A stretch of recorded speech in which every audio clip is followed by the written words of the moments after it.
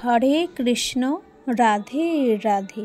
মৌমিতা পরিবারে তোমাদেরকে জানাই অনেক অনেক শুভেচ্ছা ও অভিনন্দন। আজকে ছোট্ট একটি আলোচনা বা আলোচ্য বিষয় হচ্ছে অভিশাপের ফলে মর্তে আসেন দেবী তুলসী। কি সেই ভয়ঙ্কর অভিশাপ, আসুন জেনে নিই আমরা এই ভিডিওর মাধ্যমে। পুরো ভিডিওটা দেখার অনুরোধ রইল সবার কাছে, কেউ স্কিপ করে যেও না, তাহলে কিছুই বুঝতে পারবে না। রাধে রাধে, হরে কৃষ্ণ। হিন্দু ধর্মে তুলসী দেবীকে অত্যন্ত পবিত্র এবং দেবী রূপে পুজো করা হয়। মনে করা হয় তুলসী গাছকে নিত্য সেবা করলে সেই বাড়িতে কখনো আর্থিক অভাব অনটন বাসা বাঁধতে পারে না। তাই প্রতিটি হিন্দু ধর্ম অবলম্বী মানুষের বাড়িতে সকাল ও সন্ধ্যায় নিষ্ঠা সহকারে তুলসী দেবীর আরাধনা ও সেবা করেন বাড়ির স্ত্রী লোকেরা। কিন্তু তুলসী দেবীর আসল প্রকৃত পরিচয় কী তা অনেকেরই অজানা।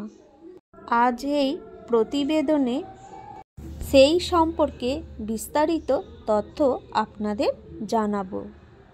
পৌরাণিক কাহিনী অনুসারে তুলসী দেবীর প্রকৃত পরিচয় জানা সম্ভব হয়। আসলে তুলসী দেবী এক অভিশাপের ফলে জন্মগ্রহণ করেছিলেন মর্তলোকে। অভিশাপের পাশাপাশি তাকে কলঙ্কিত হতে হয়েছিল।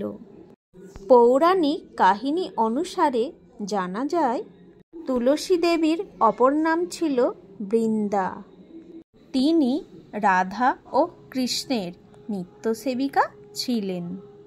কিন্তু একদিন গোলক বৃন্দাবনে বৃন্দাকে শ্রীকৃষ্ণের সঙ্গে ক্রীড়ারত অবস্থায় দেখেন রাধা। অত্যন্ত ক্রুদ্ধ হন এবং বৃন্দাকে মর্তলোকে মানবী রূপে জন্মগ্রহণ করার অভিশাপ দেন। এর ফলে মর্তলোকে তুলসী দেবীর মানবরূপে জন্মগ্রহণ হয়। রাধার কাছ থেকে মানবী রূপে জন্মগ্রহণ করার অভিশাপ লাভের পর মানসিকভাবে বিধ্বস্ত হয়ে পড়েন বৃন্দা। এই সময় বৃন্দাকে সান্ত্বনা দিতে শ্রীকৃষ্ণ বলেছিলেন পরবর্তী জন্মে বৃন্দা তার একটি অংশ লাভ করবেন।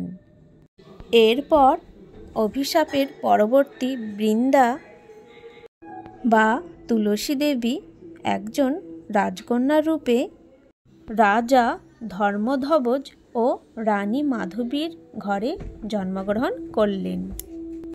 রাজকন্যা হিসেবে জন্মগ্রহণের পরে শৈশব অবস্থা থেকে তুলসী দেবী বিষ্ণুদেবের পরম ভক্ত ছিলেন এবং নারায়ণকে স্বামী হিসেবে পাওয়ার জন্য তিনি ব্রহ্মার কঠোর তপস্যা শুরু করেন। তার এই কঠোর তপস্যায় তুষ্ট হয়ে ব্রহ্মা বর প্রদান করেন।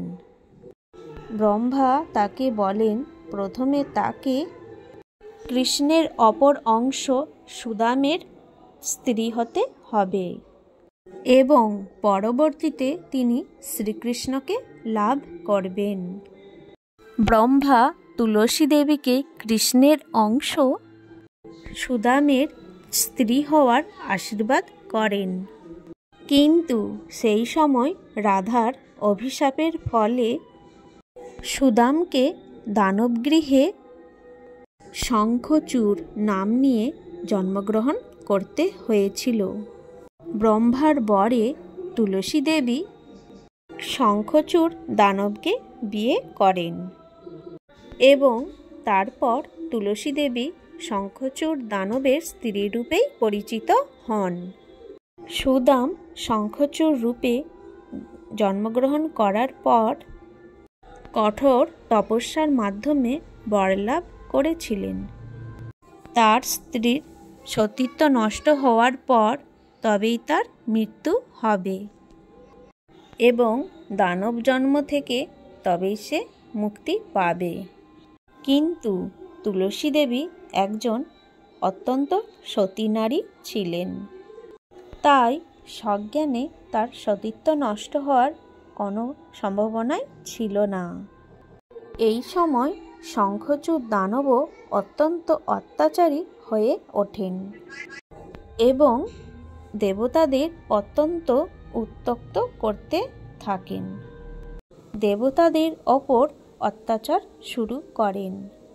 এই সংকটময় পরিস্থিতিতে দানবের থেকে মুক্তি পেতে দেবতারা মহাদেবের শরণাপন্ন হন। কিন্তু দেবাদিদেব মহাদেব তুলসীর সতীত্বের কারণে শঙ্খচূড়কে পরাজিত করতে পারছিলেন না। এই অবস্থায় নারায়ণ সংকট নিরসনে এগিয়ে আসেন। ভগবান নারায়ণ সেই সময় দানব শঙ্খচূড় রূপ ধারণ করে তুলসী দেবীর কাছে যান। নারায়ণের এই ছদ্মবেশ বুঝতে না পেরে তুলসী দেবী তাকে স্বামীরূপে মনে করেন। এভাবেই তার সতীত্ব হরণ করেন ভগবান নারায়ণ। আর এই অবস্থায় শঙ্খচূড়কে হত্যা করেন দেবাদিদেব মহাদেব। স্বামী মৃত্যুর পর দেবতাদের ছলনা বুঝতে পারলেন তুলসী দেবী। বিষ্ণুর এই প্ররোচনায় ক্রুদ্ধ হয়ে বিষ্ণুদেবকে পাষাণে পরিণত হওয়ার অভিশাপ দেন এবং তুলসী দেবী তৎক্ষণাৎ নিজ দেহ ত্যাগ করার সিদ্ধান্ত নেন। তুলসী দেবীর দেওয়া সেই অভিশাপের ফলেই বিষ্ণুদেব শালগ্রাম শিলায় পরিণত হন। তবে পরক্ষণেই ভগবান বিষ্ণুকে অভিশাপ দেওয়ার ভুল বুঝতে পারেন।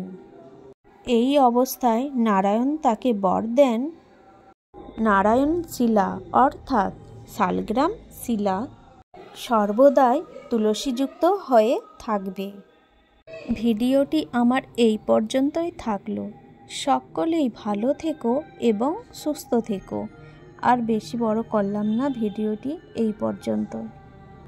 নতুন বন্ধুরা সাবস্ক্রাইব করে দিও, চ্যানেলটির পাশে থাকা বেল আইকনটা ক্লিক করে দিও, যাতে নতুন নতুন ভিডিও সবার আগে তোমার কাছেই পৌঁছে যায়। ভিডিওটি কোনো ভুল ত্রুটি থাকলে অবশ্যই ক্ষমার চোখে দেখবেন এবং একটি লাইক ও কমেন্টে জানাবে। হরে কৃষ্ণ, রাধে রাধে।